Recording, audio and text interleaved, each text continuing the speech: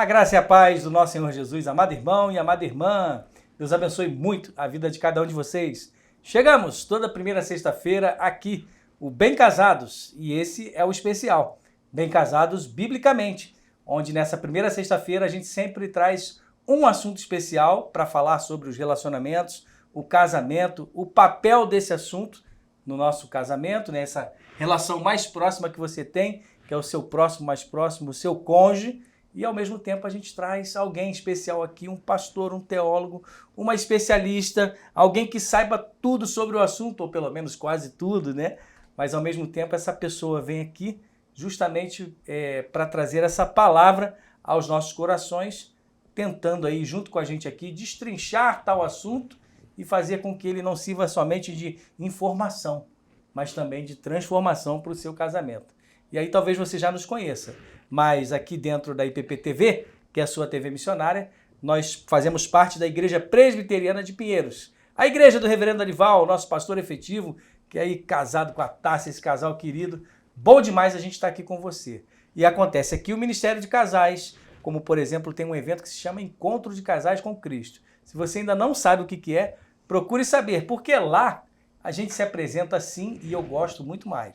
Eu sou o Vinícius da Michele. E eu sou a Michele do Vinícius. Sejam bem-vindos a mais um Bem Casados. É isso aí, Bem Casados Biblicamente. O Biblicamente é muito legal, porque a gente vai tratar à luz da Bíblia, uma teologia bíblica para falar desse assunto. Mas a gente não faz devocional como no Bem Casados dos testemunhos dos casais, mas a gente lê um texto norteador, um texto que vai nos trazer pelo menos uma introdução sobre esse assunto. E hoje o assunto é o papel da mulher no casamento. Esse assunto é muito importante. Então já corre aí, chame alguém, curte, comenta e compartilha, faz os seus comentários aí no chat, mas ao mesmo tempo chama alguém aí, tá do seu lado, né? Tá a sua amiga, liga para ela, compartilha o link lá no grupo da família do WhatsApp. Mas a gente faz a introdução. Michele, ajuda a gente, por favor, com esse texto, né? Eu acho para mim que é o texto áureo justamente da formação da mulher e o seu próprio papel. Gênesis 2, de 18 a 25. Por favor, Isso. Michele. Gênesis 2, 18 a 25. O Senhor Deus disse ainda: não é bom que o homem esteja só. Farei para ele uma auxiliadora que seja semelhante a ele. Havendo, pois, o Senhor Deus formado da terra todos os animais do campo e todas as aves dos céus, trouxe a Adão para ver que nome lhes daria. E o nome que ele desse a todos os seres vivos, esse seria o nome deles. O homem deu nome a todos os animais domésticos, às aves dos céus e a todos os animais selvagens. Mas para o homem não se achava uma auxiliadora que fosse semelhante a ele. Então o Senhor Deus fez cair um pesado sono sobre ele. E este adormeceu. Tirou-lhe uma das costelas e fechou o lugar com carne. E da costela que havia tirado do homem, o Senhor Deus formou uma mulher e levou até ele. E o homem disse: esta, afinal, é osso dos meus ossos, carne da minha carne. Será chamada varoa, porque do varão foi tirada. Por isso o homem deixa pai e mãe e se une à sua mulher, tornando-se os dois uma só carne. Ora, um e outro, o homem e a mulher, estavam nus e não se envergonhavam. Essa é a palavra do Senhor. Então, à luz, Michele, desse poema maravilhoso que Adão faz para Eva, né? Ele faz uma declaração aqui muito importante, ao mesmo tempo é um poema e uma declaração de amor. Ele está dizendo que essa mulher, agora que ele reconhece como a sua parceira, a sua tão desejada persona que, semelhante a ele, osso dos meus ossos, carne da minha carne, varoa, porque de mim foi tomada, né? Desse jeito que Sim. Ele faz esse poema maravilhoso, mas diante desse texto eu queria que você apresentasse a nossa convidada aí, e no dia de hoje é uma pessoa que muito legal chegou com a gente aí para contar um pouquinho da sua história, né? É isso aí. Hoje a gente vai falar do papel da mulher no casamento. E a gente achou bem interessante, bem relevante a gente trazer uma mulher para tratar esse assunto com a gente, né? E conversar um pouquinho com a gente biblicamente sobre isso. E está com a gente aqui a Nathalie Campos. Olá. Obrigada por ter vindo, pela sua disposição, por deixar o marido, os filhos e tá aqui com a gente. Sim, Muito é um obrigada. prazer. Muito obrigada pelo convite, é um prazer estar aqui.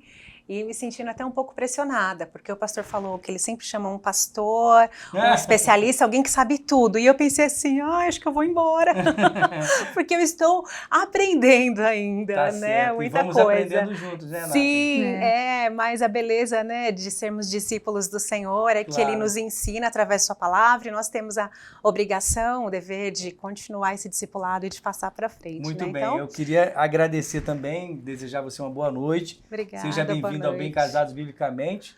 E também agradecer a liberação do nosso reverendo, né? Reverendo Heber Campos Júnior.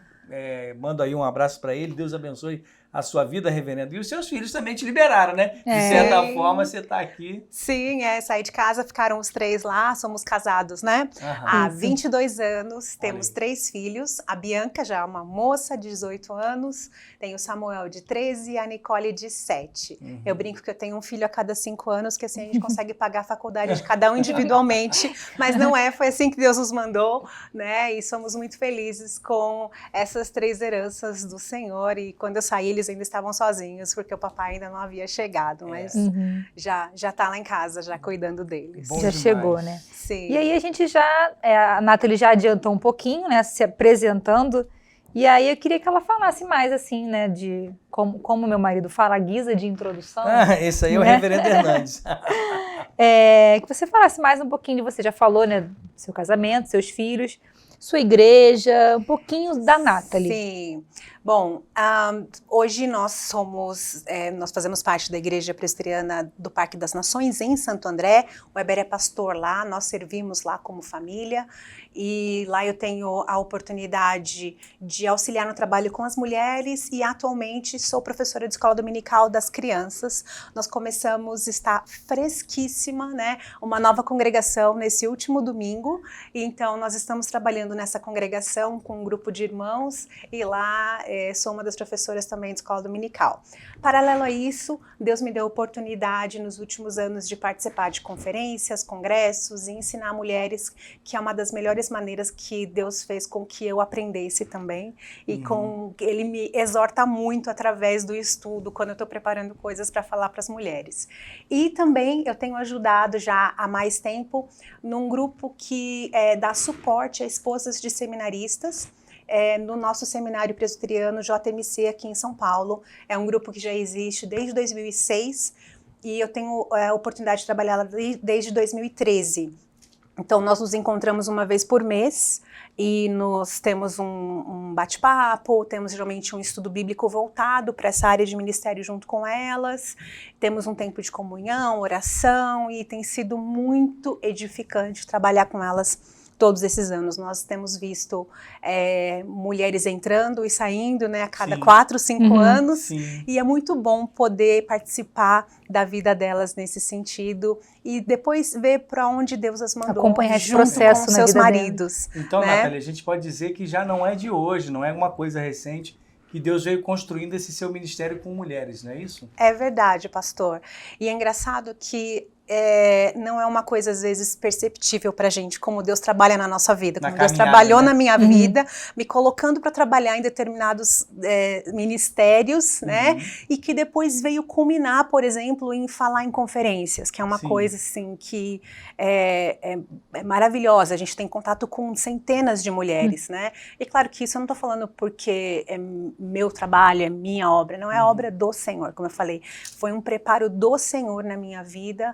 E como é bom ser preparada pelo Senhor, porque Ele nos molda, Ele vai tirando lasca da gente, nos amassando, exortando para o nosso crescimento, né? E é muito gostoso a gente ter chance de participar do crescimento do reino de Deus, como a IPP TV tem feito na vida de tantas pessoas, né? Auxiliado, equipado pessoas, abençoado, para que elas cresçam, né? Na graça e no conhecimento do Senhor Jesus. Então, foi Deus trabalhando na minha vida já há alguns anos. Como foi para você, dentro do mundo ministerial, assim, tangível, igreja, púlpito, essa coisa toda acontecendo, ir para o seminário, mas ao mesmo tempo vem a pandemia em 2020, que prepara todo mundo, né? E até quem não estava preparado foi empurrado para o mundo digital.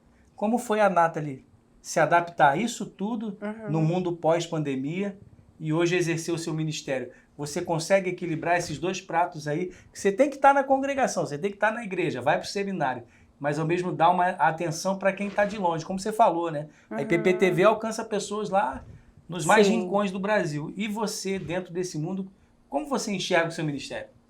Então, eu enxergo que a minha prioridade são os mais próximos ali. Então, primeiramente, os da minha casa, depois as pessoas da minha igreja. Olha aí. E aí, então, esse trabalho que eu tenho com as mulheres do seminário, por exemplo, né? Então, falando em termos de aconselhamento, às vezes as pessoas falam, você me ajuda, me aconselha, caminha comigo.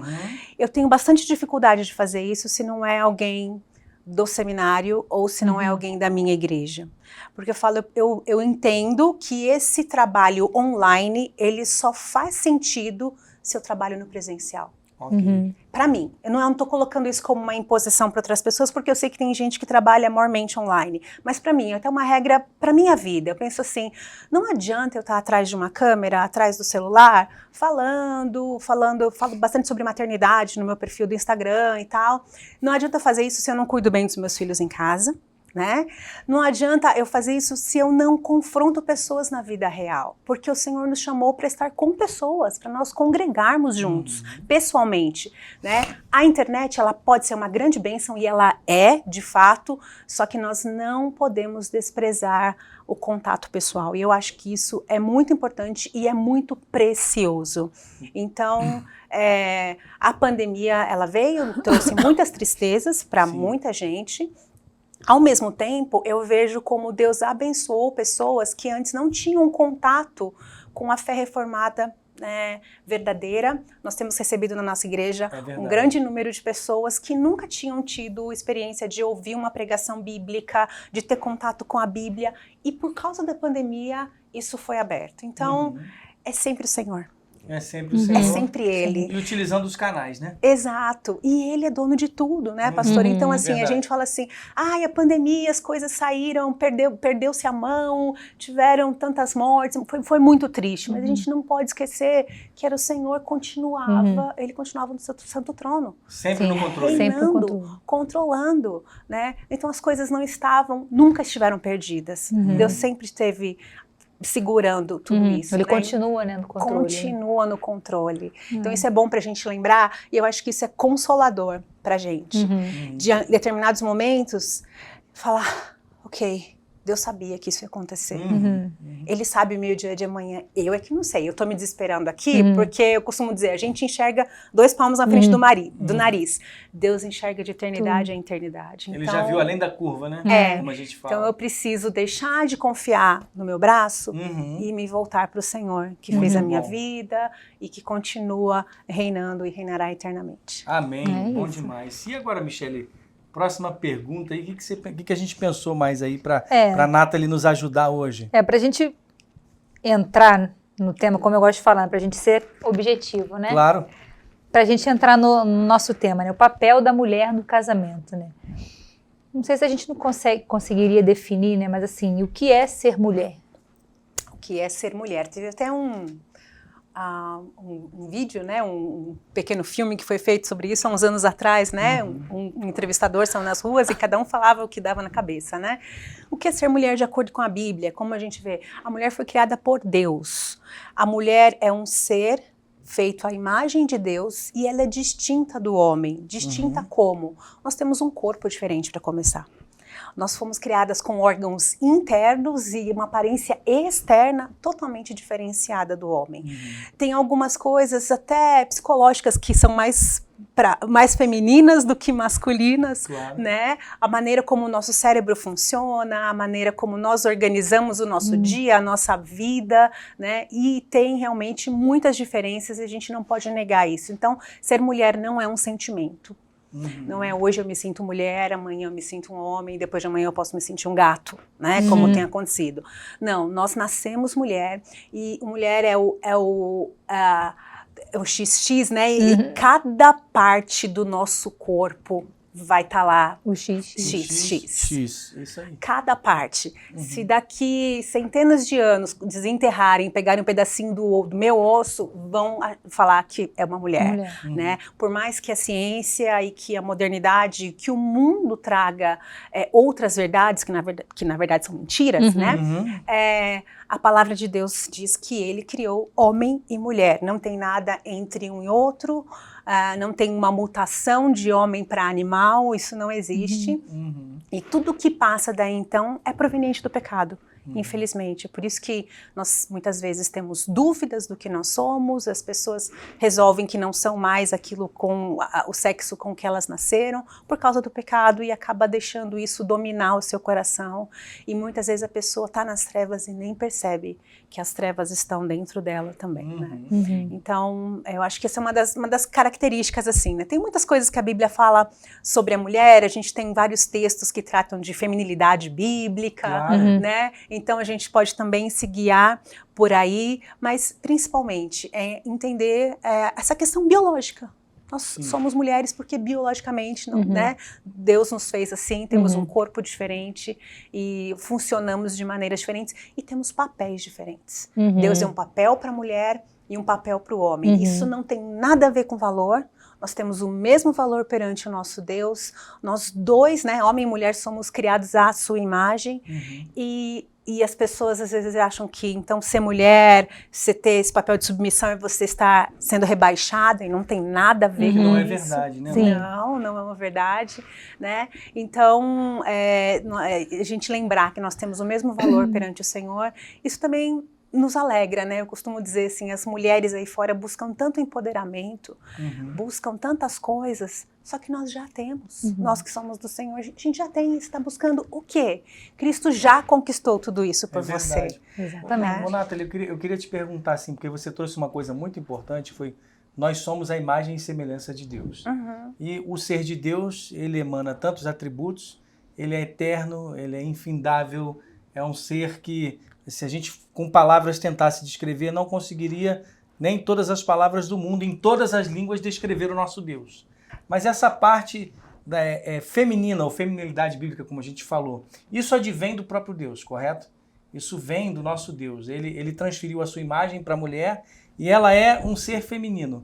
Mas como explicar isso para as pessoas, né? Olha, Deus é um ser e ele se chama Senhor, Yahvé, né? E vai ter todo tipo de comparação. Mas Deus se compara a uma mulher pode se comparar nesse sentido? Porque é uma pergunta assim que eu estou trazendo para você, um pouco mais difícil, mas como explicar isso para as pessoas, né? Como um ser feminino sai à imagem e semelhança de Deus nesse sentido? Então, quando fala ali em Gênesis que foram feitos a imagem e semelhança, tem até um sentido de coletividade, né? E eu estou aprendendo isso com meu marido, que ele estava pregando sobre isso esses dias, né?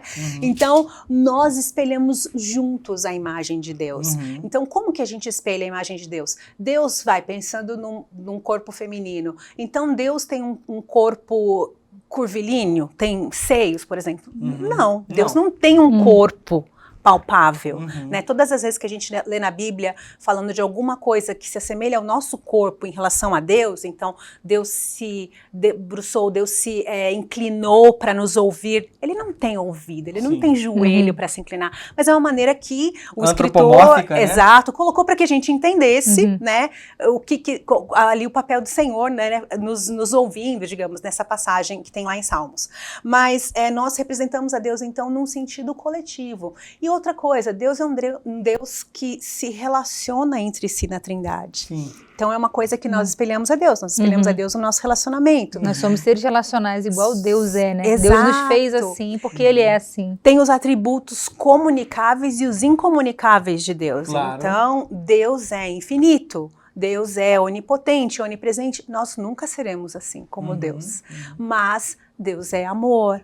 Ele é paciente, ele é bondoso, misericordioso, ele é um Deus relacional. Então, né, nesse sentido, nós espelhamos a Deus e nós podemos espelhar essas características dele. Nós poderíamos dizer, então, que espelhamos as características de Deus como humanidade também. Sim. Nessa unidade homem e mulher. Mesmo quem não é crente também espelha Também. a imagem de Deus. E quando você fere o seu próximo, você está ferindo a Deus. Mas esse é um outro assunto, né? Sim. É verdade. Mas nesse ponto, Nathalie, né, a respeito da questão do homem e mulher, eu penso que o texto, inclusive, que a Michelle abriu para a gente aqui, quando fala de auxiliadora, essa palavra, na verdade, advém do próprio Deus, porque ele é o ajudador de Israel. Seria isso?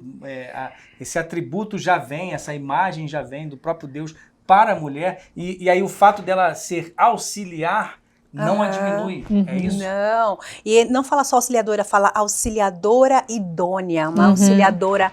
Quando a gente fala assim, eu contratei um funcionário idôneo, ele é íntegro, é um homem, né, uma mulher, sei lá, real, verdadeira, honesto. Tem as credenciais para fazer parte. Tem, exatamente, e também adequada para aquilo, porque Deus fala isso logo depois do que? Dele trazer para Adão os animais, para que Adão nomeasse os animais. Então, Adão deu nome, não era Adão ainda aqui, ele fala, né, que ele falava homem, né? O homem, né? Então, trouxe para o homem, e o homem deu nome aos animais, e aí, dentro desses animais, então, Deus diz que não, mas para o homem não se achava uma auxiliadora que fosse semelhante a ele, ou idônea, algumas passagens falam, né? Tá lá em Gênesis 2:20. E aí, então, o Senhor fez cair um pesado sono sobre o homem, ele adormeceu, e daí, então, tem a formação da mulher a partir daí. E é muito interessante nós aprendermos uma coisa aqui, que é o homem e a mulher não estão classificados como animais. Olha aí. Nós não somos animais. Então, se o livro do seu filho está falando que o homem ali está no reino animal e está no topo da cadeia, está errado.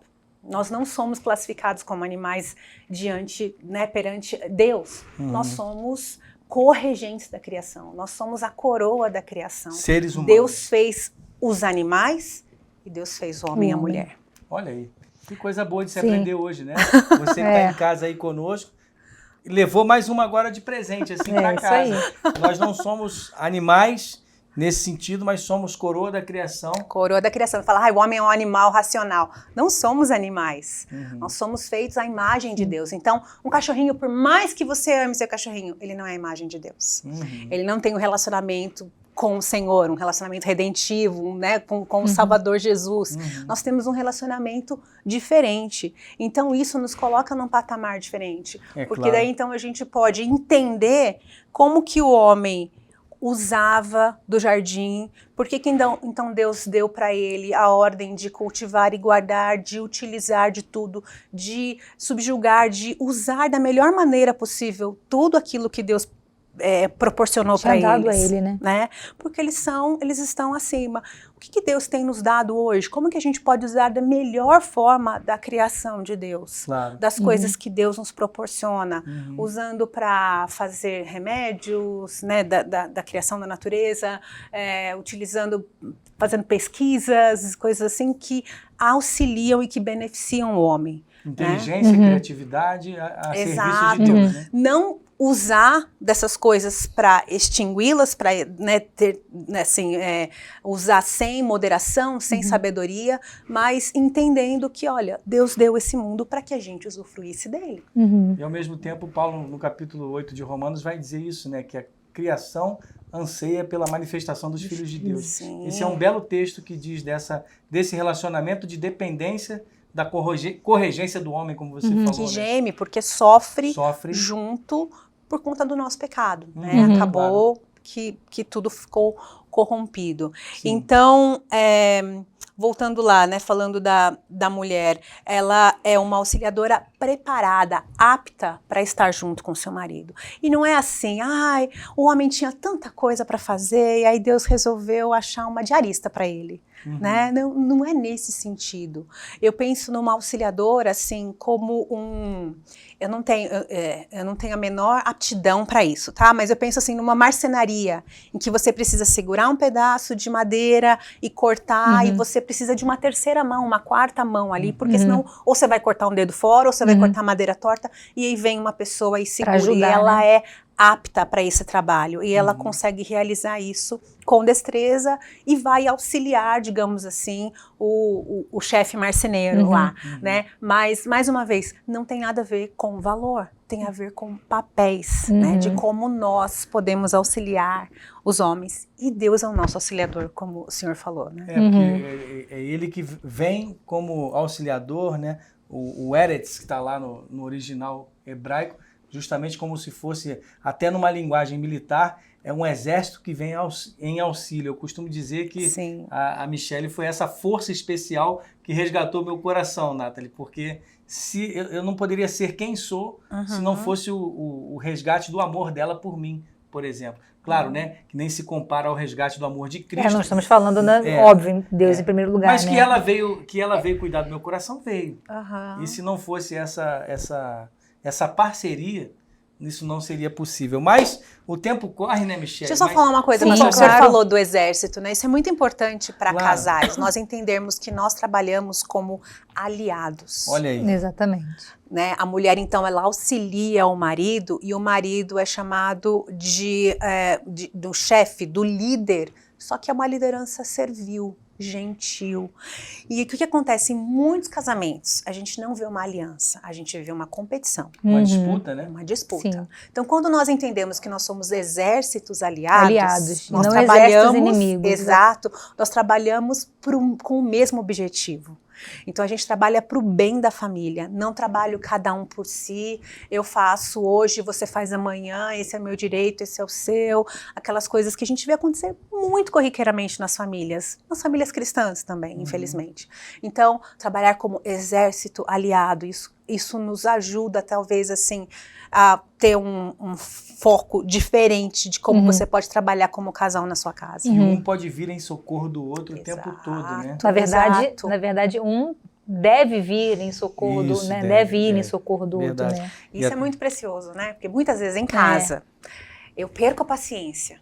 Graças a Deus pelo meu marido, porque ele tá lá e ele me exorta, e ele pode tomar a frente e resolver a situação. Ou às vezes é o contrário, eu enxerguei alguma coisa que ele não enxergou, então eu falo, meu bem, olha, não foi bem por aí e tal. Então é isso, trabalhar junto, né? E eu acho que isso é muito precioso, porque nós temos perdido isso. Ô, Nathalie, agora só para descontrair um pouquinho, como é que você vai em socorro, às vezes, do reverendo Heber, quando ele está afundado nos livros, lá naquela biblioteca que eu já vi? Você entra lá de vez em quando naquela sala lá e fala... Muito raro.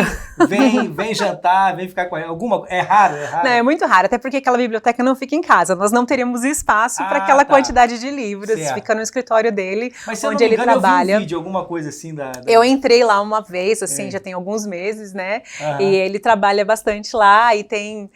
ele fala, é uma bagunça organizada, porque ele tem várias pilhas com assuntos diferentes que ele tem trabalhado, né?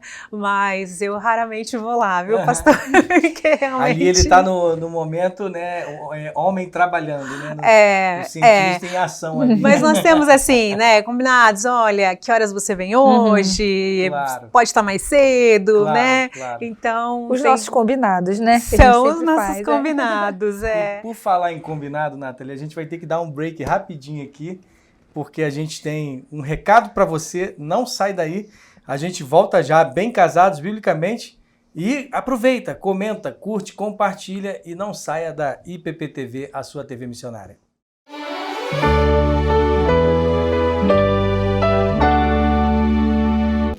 O canal da IPPTV no YouTube alcançou 1 milhão de seguidores e a gente agradece a todos os que nos ajudaram a realizar essa meta. Mas a missão continua e agora queremos chegar a 1,5 milhão de inscritos até dezembro deste ano. Para que o trabalho da Igreja Presbiteriana de Pinheiros alcance ainda mais pessoas na internet, nós contamos com você. Se inscreva no nosso canal, acione o sininho para receber as notificações e o mais importante, compartilhe o nosso link com a família e com os amigos. Para fazer parte, é só clicar no botão vermelho que aparece embaixo do seu vídeo. Participe desse grande projeto missionário e ajude a propagar cada vez mais a palavra de Deus. IPPTV, a sua TV missionária.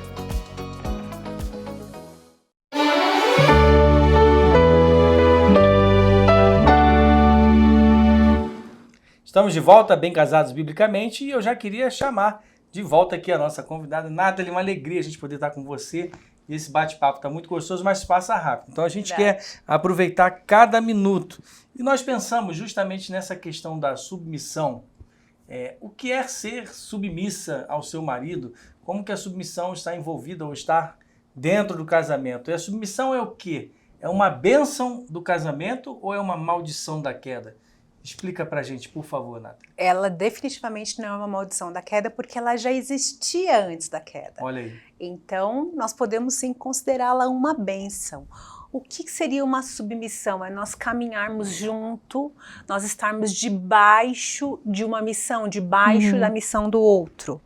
Então, nós caminhamos conjuntamente, né, com a outra pessoa. A submissão, eu gosto de falar tudo o que ela não é, porque isso ajuda a gente a entender. Ela não é ser um capacho, como a gente fala. Ela não é você obedecer todas as ordens do marido, tudo o que ele quer, o que ele deseja. E principalmente quando isso te leva a pecar, de jeito nenhum, porque nós primeiramente somos submissas a Deus, né? Efésios, no finalzinho do capítulo 5, comecinho do capítulo 6, trata disso. Então nós somos submissos uns aos outros na igreja, né? Exatamente. Paulo fala disso. E as mulheres são submissas aos seus maridos. Então não é uma submissão a qualquer homem. Cada mulher é submissa ao seu próprio marido. E aí também está subentendido que filhos são submissos aos seus pais, porque devem honrar os pais, obedecer os seus pais. Então, a submissão não é nós fazermos tudo o que o outro quer, não é sermos levados a sermos pisoteados, digamos assim, né? Capacho, como eu falei. A submissão não implica em você não ter condições de tomar as suas decisões.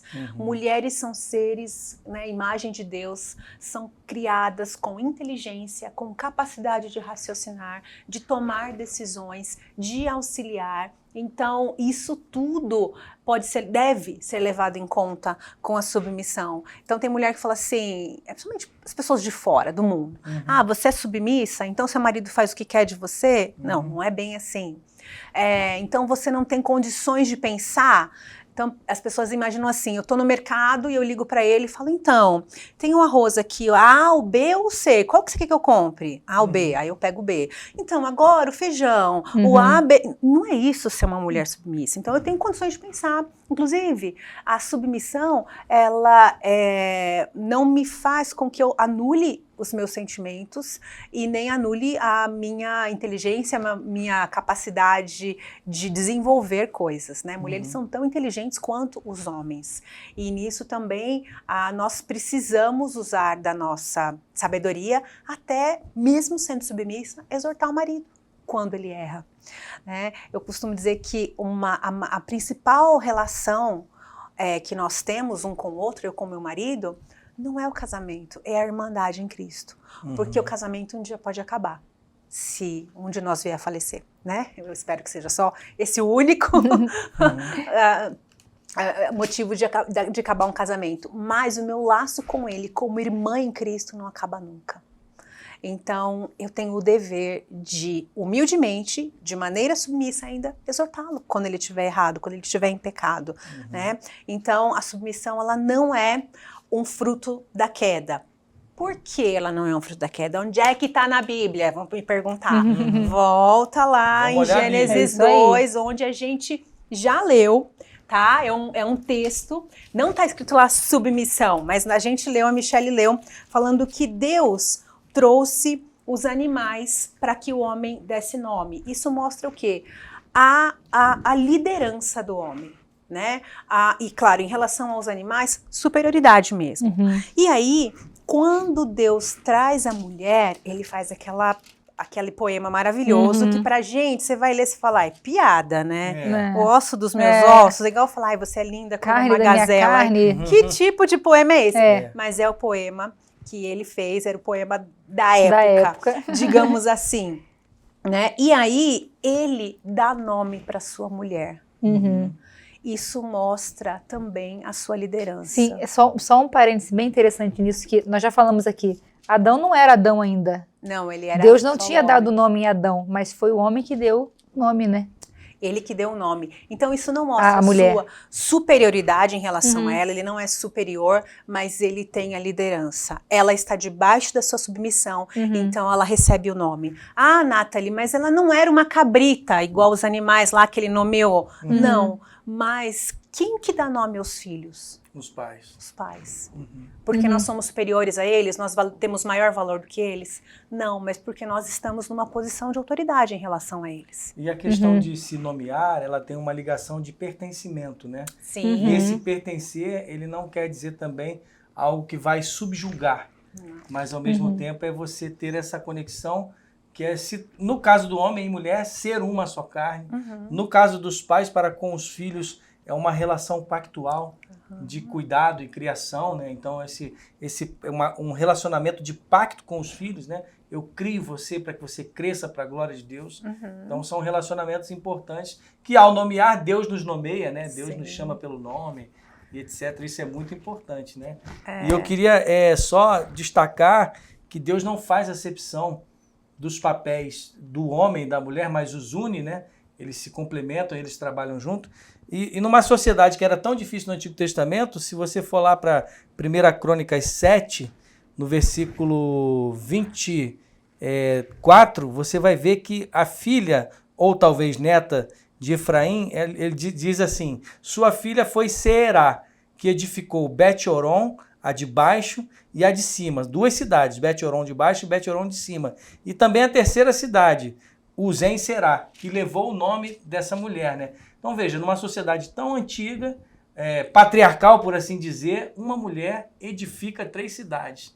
Isso significa muito, né? Porque ao invés dela estar submissa de uma maneira patriarcal naquela época do Antigo Testamento aqui, que a gente está falando, descendentes ainda das tribos, uma mulher se destaca como administradora, construtora, alguma coisa desse tipo. Isso foi muito legal. A importância do papel da mulher, né? Sim, e nós vemos no Novo Testamento o Senhor Jesus conversando com mulheres, dando oportunidade para mulheres estudarem. Maria sentada aos seus pés, ouvindo, aprendendo, não era algo comum. Não era algo que aquela sociedade tolerava e aceitava. Mas, como diz lá em Gálatas 3:28, né? Não tem grego, não tem judeu, não tem escravo, não tem livre, não tem homem, não tem mulher. Vocês são um em Cristo. Então, Jesus nos trouxe, de novo, você quer empoderamento? Tá aí, Jesus já te deu isso. Jesus te empoderou, né? Jesus já te deu essa liberdade, tudo isso que a gente busca, que muitas buscam tanto aí fora, o Senhor já nos deu. Ele já garantiu por nós. Então, nós temos, a partir dali, né, você vê a condição da mulher estudada, ela fazer parte, delas estarem junto com os homens, aprendendo, louvando ao Senhor, conhecendo. A Lídia, né? Sim. Uma mulher importante na sociedade, provavelmente muito rica, e que abrigou missionários na sua casa. Sim. E que, a partir da casa dela e de outros ali, começou uma nova igreja, uma congregação. Então, nós vemos essa mudança no Novo Testamento, né? Assim, Cristo trazendo essa liberdade para a mulher. Então, de maneira nenhuma, a Bíblia é machista. A Bíblia é sexista. De maneira nenhuma. Eu acho que tem um mau entendimento, assim como tem um mau entendimento em relação à submissão. Né? Então, a submissão é um castigo. Quando eu for para o céu, chega lá e vou lá tirar satisfações com Eva. Oh, calma, não vai tão assim, né? Porque a submissão, ela não é má. Ela é boa, é uma forma de Deus nos proteger. Tanto é que Esther, quando ela vai se apresentar lá diante do seu marido, que era o rei, ela avisa ao povo, olha, vocês precisam jejuar e orar. Se eu tiver que morrer, eu vou morrer. Se tiver que perecer, pereci. Ela diz lá o texto, né? Mas, ao mesmo tempo, ela é submissa às regras, né? Ela se prepara de uma maneira tal, mas para chegar com reverência diante do seu marido. Mas, ao mesmo tempo, ela não está submissa ao pecado e ao erro, por exemplo, da perseguição dos judeus. Então ela teve que se posicionar, porque Mordecai, seu tio, teve que dizer para ela, olha, se você não pense que por você ser mulher do rei, você vai ser poupada também. Se coloque no seu papel aí, não é isso, Sim, Nathalie? E assim, antes dela ir falar com o rei, que era o rei, acho que era 27 províncias, né? O rei Assuero ali. Assuero. Ele era rei de muita terra, né? Antes dele ir falar com o rei que reinava em boa parte da terra, ela foi falar com o rei do universo. É verdade. E ela passou 3 dias jejuando. Não fala que ela orou, Sim. mas a gente subentende que o povo judeu jejuava e orava, né? Então, e ela pede para suas servas também fazerem isso. Então, é um nosso papel, como mulher, como homem, né, diante do Senhor, sempre buscá-lo para saber qual que é a sua orientação para a nossa vida. E lembrando de Esther, ela foi falar com o rei dos homens, mas falou antes com o rei dos reis. É verdade. E nessa questão dos sentimentos, como você, por exemplo, falou de Marta e Maria, né? E aí Jesus falou, Marta, Marta, fica mais calma aí, porque eu sei que os trabalhos da SAF são importantes, né? Você está arrumando tudo, corre para lá, corre para cá. Olha aí, Senhor, a minha irmã não faz nada, diz a ela que ela me ajude. Esses sentimentos. E aí a gente tem o fruto do Espírito que abarca todas essas vitaminas que a gente chama de capitaneada pelo amor, né? Mansidão, domínio próprio e por aí vai. Para você, Nathalie, o que é mais difícil para as mulheres em geral, assim, exercer a respeito do fruto do Espírito? Pastor, eu entendo que cada uma vai ter uma falha, um deslize em alguma área, né? Mas é o fruto do Espírito. E se nós temos o Espírito Santo do Senhor em nós, nós temos capacidade e condições de desenvolver esse fruto como um todo. Desenvolver, então, todos os gominhos do fruto, a gente fala assim, né? Como um todo.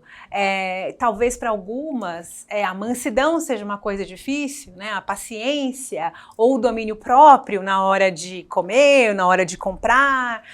Então, cada uma vai ter que, então, entender, fazer uma autoavaliação, pedir que o Senhor ajude a sondar o seu próprio coração para que entenda onde será que eu tenho caído mais? Né? Onde eu tenho errado mais? Será que eu consigo desenvolver essas áreas de uma maneira sábia, de uma maneira mais completa? Né? Então, acho que não tem uma coisa que pegue mais as mulheres. Eu acho que daí cada uma vai ter o regulado diferente, assim, uma regulação diferente. E não tem jeito, né, Nathalie? Porque aonde pega mais, na verdade, é onde ela precisa submeter mais aos pés de Jesus. Sim. E o fruto do Espírito é um só, né? Sim. Ela precisa se submeter ao Espírito Santo. Sim, exatamente. E aí, Michele?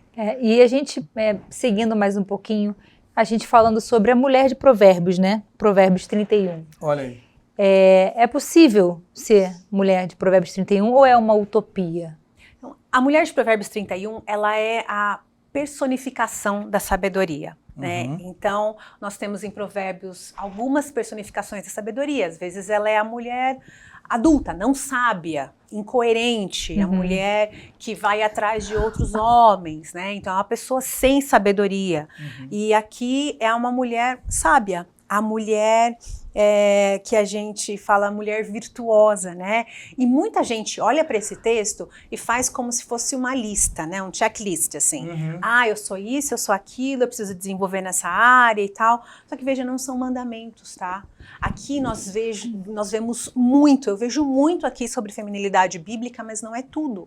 Assim como lá em Tito 2 também, tem muito sobre feminilidade bíblica, mas não é tudo. Por quê? Se a gente falar, não, você tem que ser feminina e feminilidade bíblica é isso, colocar dentro de uma caixinha, as mulheres que passam um pouquinho para fora, que fazem as coisas um pouquinho diferentes, falar o quê? Ela não é feminina? Ela não é mulher? Ela não é bíblica? Né? Então a gente tem que tomar cuidado com essas coisas. Então eu acho que aqui é um caminho, mas veja só, tem muitas mulheres que eu conheço que não são empreendedoras, como essa mulher de Provérbios 31 é. E não é um pecado você não ser empreendedora. Como foi a Seirá lá do Antigo Testamento. Exato, né? E aqui ela compra uma terra e vende, planta, né? Eu mesmo com plantas já não me dou bem, só as de plástico lá em casa. Eu falo lá em casa, a planta morre, mas as crianças sobrevivem, né? Então, tá bom. Mas, então assim, ela é um bom exemplo, digamos assim.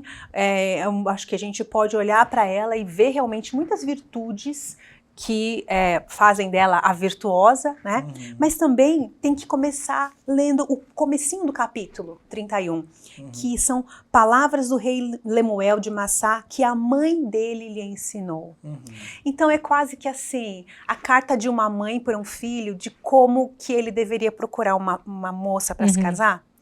olha, meu filho, seria muito bom que você buscasse uma moça, eu gostaria de ter uma nora assim. E aí ela vai descrevendo, né? As qualidades as desejáveis. qualidades. Então ela fala sobre ele, sobre o seu reinado, como ele deveria reinar, e depois então, quem vai achar essa mulher? Como que ela é? Quem achará? Né? Quem a achará?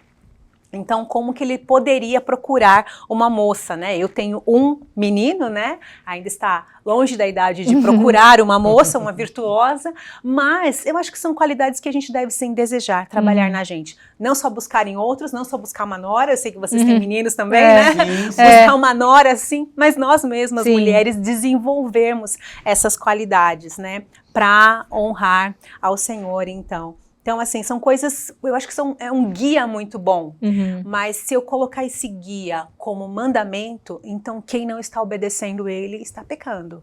Porque é isso, os mandamentos, eles estão lá, eles são mandamentos, eles não mudam, né? Agora, princípios bíblicos, exemplos, não são necessariamente mandamentos. Eu queria só fazer uma pergunta para você, Nathalie, porque você falou, você tem os meninos e você também tem o Samuel lá, não é isso? Isso. Ao mesmo tempo, é possível, como a mãe do rei Lemuel falou, olha, é desejável que a minha nora fosse assim.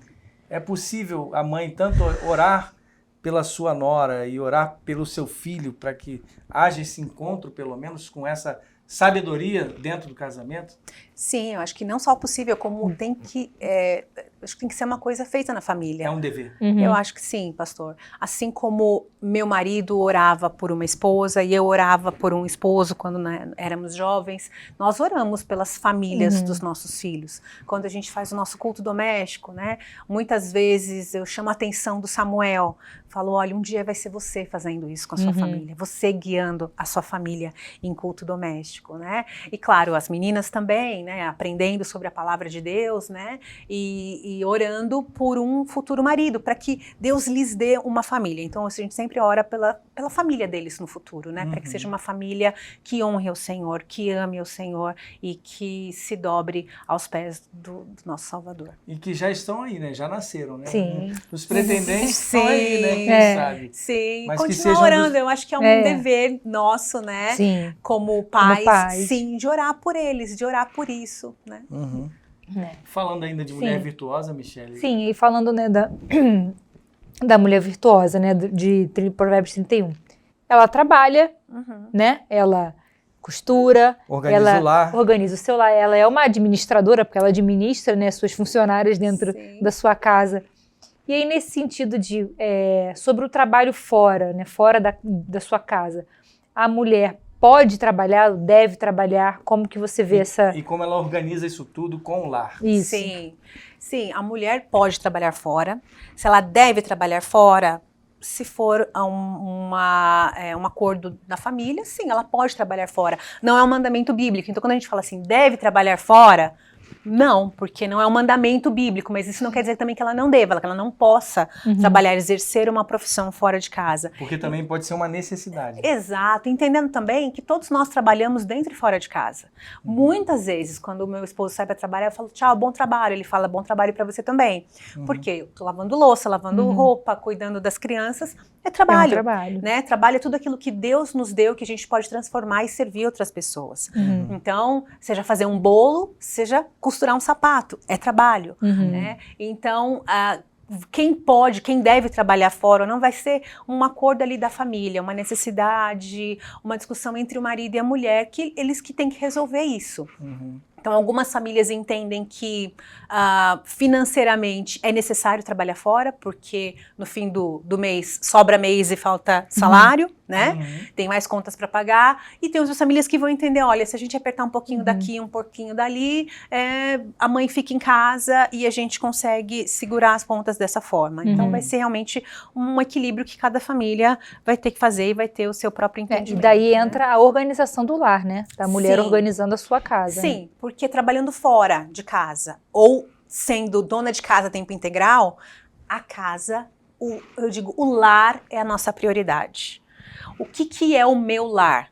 Eu falo assim, o lar é tudo aquilo que tá pegando fogo. O que eu pego pela mão e carrego para fora? Aquele é o meu lar. É o lar, é a quem muda junto comigo. A casa, ela é importante? Ela é, porque ela abriga o meu lar.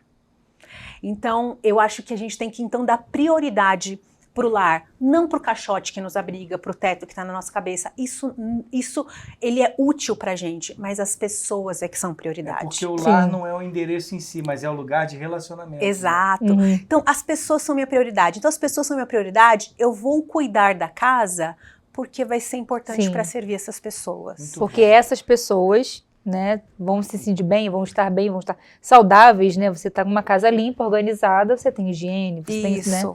Então vão usufruir disso, vão usufruir da limpeza, vão usufruir da comida pronta, a minha família vai usufruir da organização, não vai ser sempre aquela coisa, mãe, cadê minha meia, cadê meu tênis, porque o tênis está no lugar de brinquedo, o brinquedo está dentro da geladeira, e aquela confusão, né? Então, eu acho que a organização do lar, ela tem que funcionar para o bem da família. O problema que eu vejo muitas vezes é que nós idolatramos a casa e desprezamos o lar.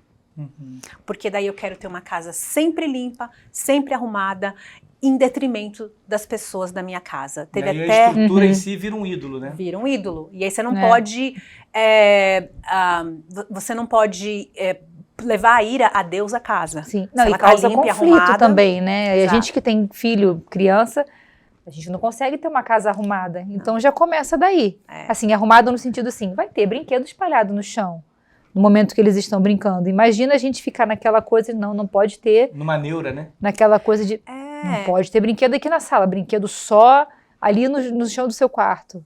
É impossível. Mas é criança, gente. É impossível. É uma casa viva. Exato. Ela vai ter coisa no chão, vai ter folha na mesa. Então, é uma casa que está vivendo. E a gente tem que, então, trazer organização. Eu falo assim, as coisas podem estar fora do lugar, mas elas têm o seu lugar determinado, que na hora de arrumar, elas podem voltar. Exatamente. Só que isso não pode nunca estar acima das pessoas. E uma casa, ela precisa ser muito mais orgânica do que mecânica em si, né? Como você falou, ela é viva. As coisas podem acontecer e Deus está ali, inclusive, né? Isso, e ela é útil, porque se a gente quiser só uma casa sempre arrumada, a gente deixa de exercer hospitalidade. Por quê? Porque eu vou receber visita na minha casa que a criança vai passar a mão suja na parede. A gente vai receber pessoas que vai me dar trabalho, eu vou ter louça para lavar, eu vou ter que fazer comida.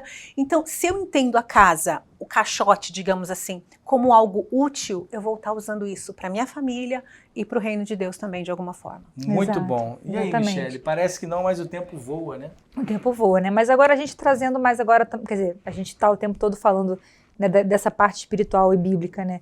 Como que uma mulher crente, ela consegue ajudar o seu marido não crente a ouvir o evangelho, né? Nesse sentido de ouvir o evangelho e viver o evangelho. Essa é uma realidade muito perceptível aqui em Pinheiros, tá, Nathalie? A gente tem muitas mulheres que têm maridos não crentes, então essa é uma dificuldade. Como falar, alcançar com o evangelho. E elas, elas têm buscado, né? Elas têm feito discipulado para mulheres, têm feito discipulado Essência da Fé, enfim. Elas têm buscado e como você vê, né, que essas mulheres podem ajudar esses maridos que não são crentes. Em 1 Pedro 3, Pedro fala assim, vocês esposas estejam sujeitas cada uma a seu próprio marido, falando da sujeição, da submissão, para que, se ele ainda não obedece à palavra, seja ganho sem palavra alguma, por meio da conduta de sua esposa, ao observar o comportamento honesto e cheio de temor que vocês têm. Então, aqui o honesto, se a gente pensar lá no idôneo, né, que é idôneo, honesto, íntegro. Então, muitas vezes, o que eu já vi acontecer são mulheres que são casadas e o Senhor as alcança, elas vêm para a igreja e elas querem a todo custo que o marido venha para a igreja e quer pregar para ele o evangelho, mas às vezes de uma forma até agressiva. Eu brinco, né, que tem aqueles pregadores, hoje tem menos, né, na Praça da Sé, que eles usavam um megafone e eles ficavam lá falando e tal, assim, e tem mulher que faz quase isso na cabeça do marido. E ao invés dele se simpatizar com qualquer coisa que ela está falando, ele vai pegar... Vai afastar, né? Pavor, ele vai querer se afastar disso. Uma outra maneira também que eu vejo que é difícil para as mulheres atingirem o marido é aquela mulher que não se submete ao marido. E aqui Pedro fala, submeter ao seu próprio marido e mesmo que ele seja um marido ímpio. Então não se submete, é aquela mulher turrona, é aquela mulher goteira, rixosa, né? Rixosa, né? De Que Provérbios fala. É aquela mulher que não para em casa, que, eu tô na igreja de segunda a segunda e acha que isso é algo bom. E vou te dizer, minha irmã, não é. Cuide da sua casa, cuide do seu lar, cuide do seu marido. Estar na igreja é importantíssimo, mas nós podemos participar da igreja em determinados dias, não de segunda a segunda. Eu não vejo isso como sendo saudável para um casamento, ou até mesmo dando um bom testemunho, porque como que ela vai cuidar do seu lar, dar atenção para o seu marido, para os seus filhos, se muito do seu tempo está voltado para fora? Né? E veja, o estar na igreja não quer dizer necessariamente servir a Deus ou deixar de estar na igreja todos os dias vai servir menos ao Senhor. Nós podemos servir ao Senhor servindo a nossa família. E estando na igreja, nos cultos aos domingos, né? Estando dominicalmente na igreja, escola dominical, participando dos cultos. Então, tomar cuidado, às vezes, com essa frequência, porque pode até trazer um mau testemunho, né? E não sendo a mulher rixosa, que eu falei, briguenta, birrenta, né? Que fica disputando com o marido. Então, assim, ele vai olhar para ela e vai pensar assim, poxa, essa mulher entrou para a igreja e ela quer que eu vá para essa igreja, mas ela não mudou nada, ela tá pior. Ela tá mais chata, mais emburrada, mais briguenta. O que eu vou fazer nesse lugar dessa igreja? Que Deus e Jesus é esse aí que ela fala que ela ama tanto? Se não faz nenhuma diferença na vida dela. É verdade. Então, uma conversão... Pensa só, você está indo numa estrada e você converge, você vira, você muda o seu caminho. Então a gente precisa demonstrar que a gente mudou o caminho, né? Demonstrar para ele em amor, em humildade, em mansidão. Aí vem, né, o fruto do Espírito que a gente falou, para que ele veja que essa mulher mudou. E ele vai falar, puxa, ela tá diferente. Ela não fica retrucando, ela não fica fazendo pirraça, ela é uma mulher que mudou. Por que ela mudou? O que tem de diferente na vida dela? Ela tem mais oportunidade de apresentar o Deus que faz toda a diferença na nossa vida. Eu queria pegar esse gancho aí com você, Nathalie, justamente considerações finais. Sim. A gente está, infelizmente, acabando o programa e eu ainda queria que você orasse no final. Sim. Considerações finais. O que é ser uma mulher, então, com esse gancho de uma mulher convertida que mudou de direção, uma mulher para a glória de Deus? O que é ser isso? Uma mulher para a glória de Deus, ela se importa então em amar ao seu Deus de todo o seu coração, de toda a sua alma, de todo o seu entendimento. É uma mulher que quer trabalhar, servir ao Senhor. E às vezes, dependendo do período da sua vida, você vai trabalhar servindo ao Senhor, cuidando dos seus filhos, trocando fralda, lavando louça, né? Nem todas têm chance de estar na igreja, trabalhando com outras mulheres, mas é trabalhar onde o Senhor tem te colocado agora e servi-lo em amor, servindo pessoas. Muitas vezes é assim, né? É uma mulher que trabalha e ela não quer que os méritos, que o holofote seja voltado para ela, mas para o seu Deus. E eu quero ler aqui o verso 30 de Provérbios 31. Fala assim, enganosa é a graça e vã é a formosura, mas a mulher que teme o Senhor, essa será louvada. Então, a mulher de Provérbios 31, ela é louvada porque ela é uma mulher que teme ao Senhor. Então, voltando na pergunta de mulheres de Provérbios lá, só para finalizar também, ao invés de nós querermos ser como essa mulher aqui, nós deveríamos desejar ser como Cristo. Porque assim nós damos glórias a Deus e podemos glorificar o nome do Senhor, sendo cada dia mais parecidos com Ele. Então, Ele tem que ser o nosso alvo. Não é qualquer outra mulher na Bíblia, mas é o Senhor que escreveu a Bíblia. Nós precisamos, então, ser Ele como nosso alvo. Muito bom. É isso aí. É isso aí. E você que nos assiste, chegamos ao final, né? Como a gente fala, né? Bem casados biblicamente, Nathalie, muito obrigado. Foi um pelo prazer. seu carinho de estar com a gente. Obrigada. Manda o nosso abraço, nosso beijo lá para o reverendo Heber Campos Júnior. E a gente espera receber vocês dois aqui também. Sim. E eu queria encerrar justamente pedindo para você fazer uma oração por aqueles que nos assistem, por favor. Tá joia, vamos orar. Senhor, nós somos gratos, ó Pai, por tudo que o Senhor tem feito em nossas vidas e pela maneira tão bondosa como o Senhor nos conduziu a Ti. Oro rogando, Senhor, pelas famílias que nos assistem, pelos casais, pelos solteiros, pelos viúvos, pedindo que o Senhor abençoe a cada um e que cada um assistindo esse programa hoje possa ser tocado, ensinado pelo próprio Senhor através da sua palavra. Obrigado a Deus, porque o Senhor fez homens e mulheres com papéis distintos, de maneiras diferentes que temos de servir e honrar ao Senhor. Que o Senhor abençoe as mulheres, dando-lhes mansidão, dando-lhes sabedoria ao lidar com seus maridos, com seus filhos, tratando-as com deleite, ó Pai, nas suas atividades diárias. Abençoe também, ó Pai, os homens para que aprendam a ser líderes servis, gentis e liderarem as suas casas com mansidão, com amor e com alegria. Dá-nos, ó Deus, submissão uns aos outros, dá-nos submissão ao Senhor em primeiro lugar, para que possamos honrar ao Senhor em tudo que fizermos. E é em nome de Cristo que nós oramos. Amém. Amém. Pessoal, Deus abençoe muito a vida de cada um de vocês e até o nosso próximo Bem Casados Biblicamente. Tchau, tchau.